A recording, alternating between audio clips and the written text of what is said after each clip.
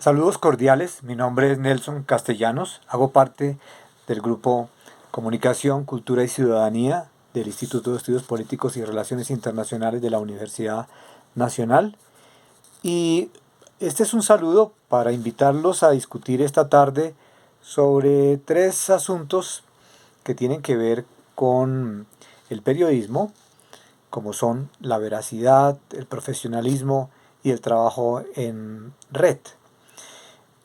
Soy historiador y me he dedicado en los últimos años a investigar un poco esto sobre el proceso de profesionalización de este trabajo, como es el de producir información y formar opinión día a día. Entonces quiero comenzar por una de las palabras tan importantes que nos convoca hoy en la tarde y es la palabra tan difícil de definir, tan dura como es verdad.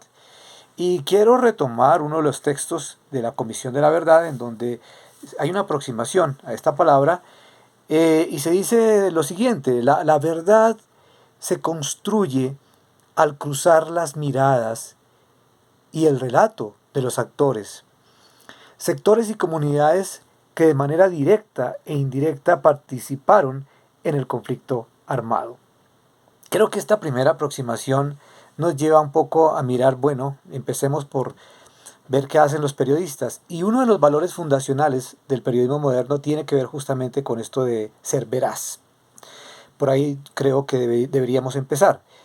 Esto nos remite un poco al debate sobre la objetividad, que desde finales del siglo XIX y en la primera mitad del siglo XX, pues copó muchas páginas en los libros de historia del periodismo.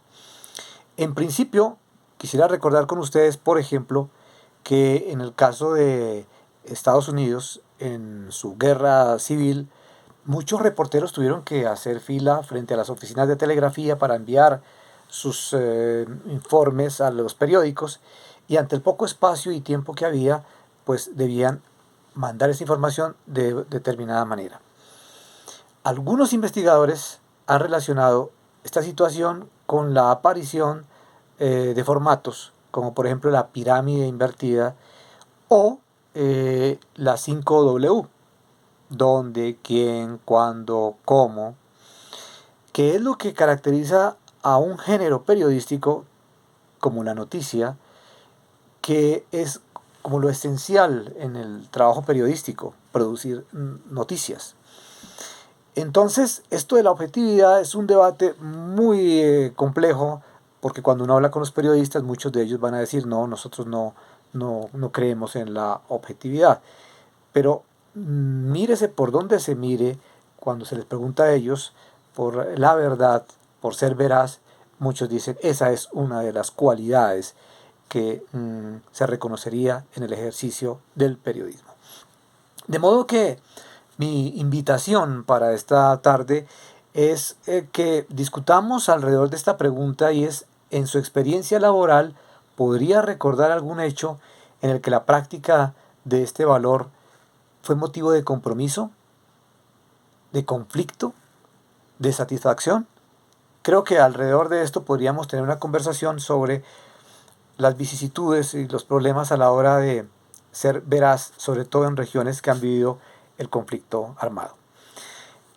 El segundo aspecto que quisiera compartir con ustedes tiene que ver con la noción de profesionalismo, que también nos remite a otro debate viejo y que a veces nos lleva como a un callejón sin salida, y es ese debate entre empíricos y los graduados, aquellos que han tenido una formación en instituciones educativas. Digo que es un debate que nos lleva como un poco a un callejón sin salida porque es evidente que la experiencia aporta un tipo de conocimiento diferente al que se puede producir en la academia y tiene un valor. La práctica hace al maestro, decían algunos, y otros dijeron también, se nace periodista. No se aceptó en la primera mitad del siglo XX al menos que un periodista tuviera que asistir a un salón de clase, recibir las clases por parte de un instructor, un profesor, porque ese fue como una especie de mito fundacional. Se nace periodista, es un asunto de vocación casi que sacerdotal.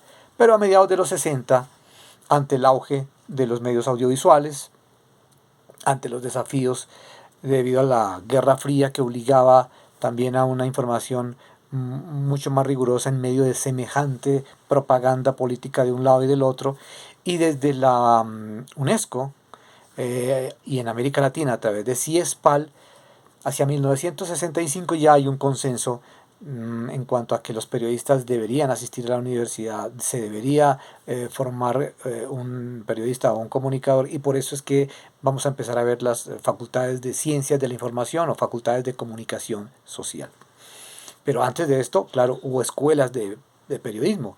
A finales del siglo XIX en Estados Unidos y en Colombia a finales de los 30 se impartieron cursos, por ejemplo en la Universidad Javeriana, que hacia el final de la década del 40, en 1949, va a abrir una escuela de periodistas.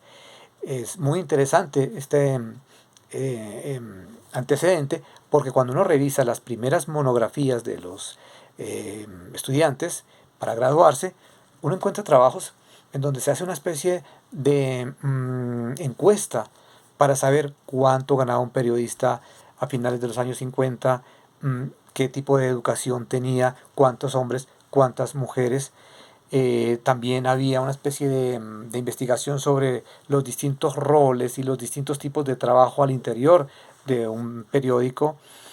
Y es una información valiosa porque es un trabajo etnográfico también que nos da cuenta de cómo se veían los periodistas también, cómo eran percibidos por la sociedad, y es una información, repito, muy útil a la hora de pensar en otro aspecto que tiene que ver con el de la agremiación, del cual ya hablaremos enseguida. Pero en síntesis, la invitación para esta tarde es discutir una pregunta, y es la siguiente: ¿cuáles serían las demandas de formación que se requieren de acuerdo a las nuevas necesidades? Sabemos del desafío de las redes sociales, de las plataformas, de la convergencia digital. Entonces, ¿hasta dónde los periodistas y comunicadores pueden hacer un pare en su jornada que es tan intensa para poder actualizarse, para poder leer, para poder asistir a seminarios o otro tipo de formación? De modo que la invitación es a discutir esta pregunta que, repito, es ¿cuáles serían las demandas de formación que se requieren de acuerdo a sus necesidades? Y el tercer aspecto tiene que ver con el trabajo en equipo, el trabajo en red. El periodismo ha sido una profesión y antes un oficio individualista, en donde los egos predominan, ese afán por la chiva que llevó a tantos problemas por la falta de verificación, y se cometieron muchos errores al aire, sobre todo en las emisoras y en los periódicos también, desde la escritura. Ha sido una profesión en donde el ser el primero con las últimas se ha visto como un motivo de distinción, de elogio. Y esto naturalmente, pues como ya dije, llevó también a muchos errores. Pero los nuevos tiempos ya nos dejan ver que una persona, como ustedes ya lo saben, en un espacio donde ocurrió un hecho de trascendencia, pues puede con su celular tomar las imágenes y en minutos esto se viraliza y pues le compite al medio tradicional. Lo acabamos de ver en el caso de Estados Unidos con esas imágenes en donde un policía somete a un ciudadano hasta ocasionarle la muerte, y esto se viralizó a través del celular de una ciudadana que estaba grabando esas imágenes. Bien, entonces la invitación para esta tarde es que hablemos sobre las ventajas que ofrecería una red de periodistas. Sabemos, y algunos periodistas en otros encuentros que hemos tenido nos han contado que en zonas de conflicto el trabajo en equipo y en red ha evitado que se individualice por parte de los victimarios a aquellos periodistas que están aportando una información en defensa del interés público. Sabemos también que el colegaje se fortalece con las redes, y que en estos tiempos pues es mejor estar unidos, trabajar en equipo. Además, hay acceso a información, se pueden construir repositorios para poder tener documentos, compartirlos, y, digamos, otras posibilidades que da el trabajo en red. De modo que mi invitación es a que podamos discutir sobre qué ventajas podría haber para construir una red de periodistas. Nos veremos esta tarde y será grato encontrarnos. Saludos.